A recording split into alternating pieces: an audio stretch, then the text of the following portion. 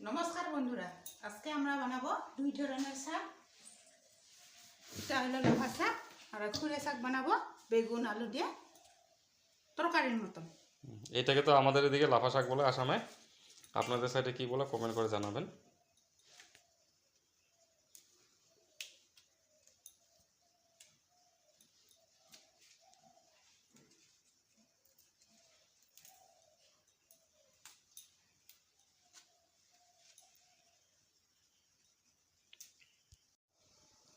আচ্ছা, এই শাকের একটা কথা কি, এই শাক কিন্তু দাও দিয়ে বটি দিয়ে বা কাটারি দিয়ে কাটলে এটা কিন্তু একটা পিছলা পিছলা বিজল টাইপের জিনিস বানায়, তো ওর জন্য হাত দিয়ে এটা ছিঁড়তে লাগে, তাহলে এটা হয় না।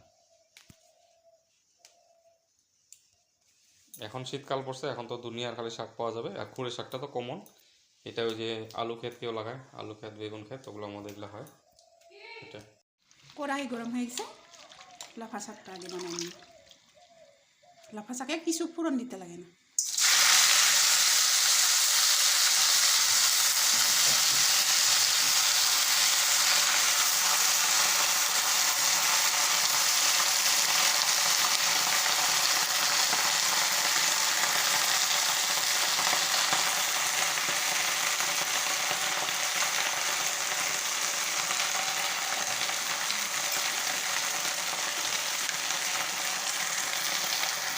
লবণ আর হলুদ, তাই না? দিয়ে এখন ঢেকে দিবে, তাই তো?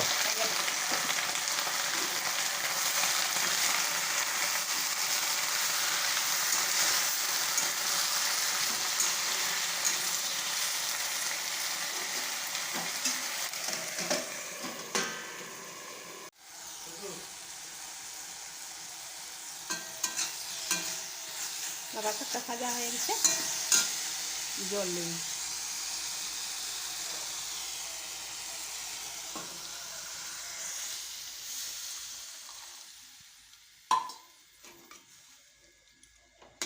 এখন কি খালি আসলে পরে যখন ফুটবে তখন আমি কাঁচা লঙ্কা দিয়ে দেবো উপরে।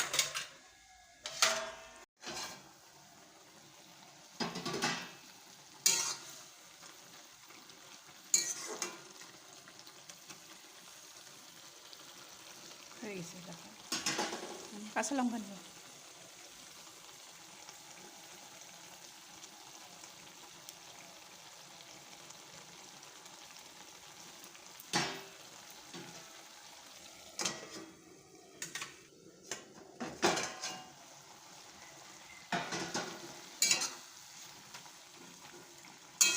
হয়ে গেছে না? হয়ে গেছে, তেল গরম হয়েছে, পেঁয়াজ কাঁচা লঙ্কা।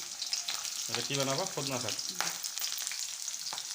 খুদনা শাক, খুদে শাক, অনেকজনে অনেক ধরনের বলে।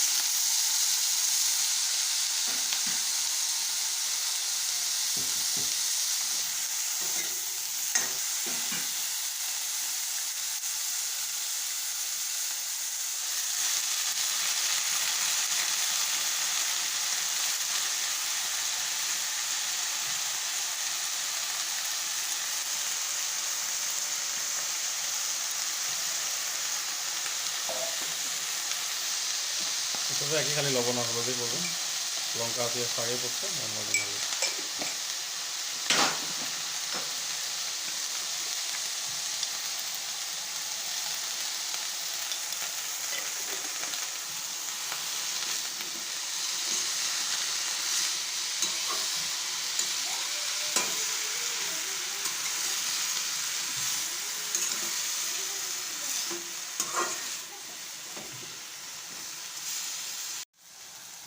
যে ভাজা হয়ে গেছে বেগুন আলু ফ্রেশ শাক। এখন নামিয়ে দিব হয়ে গেছে। আপনারা এইভাবে বানায় খাবেন। দেখলে তো দুই ধরনের লাফা শাকও বানানো হলো আর পুরে শাকও বানানো হলো, দুইটাই বানানো হলো। দুইটার মধ্যে কিছুই দেওয়া হয় না, একদম সিম্পলে বানানো হয়েছে। আপনারা এইভাবে বানায় খাবেন, দেখবেন ভালো লাগবে। আর যদি ভালো লাগে থাকে তাহলে পরে ভিডিওটা লাইক করবেন, শেয়ার করবেন, সাবস্ক্রাইব করবেন। ধন্যবাদ।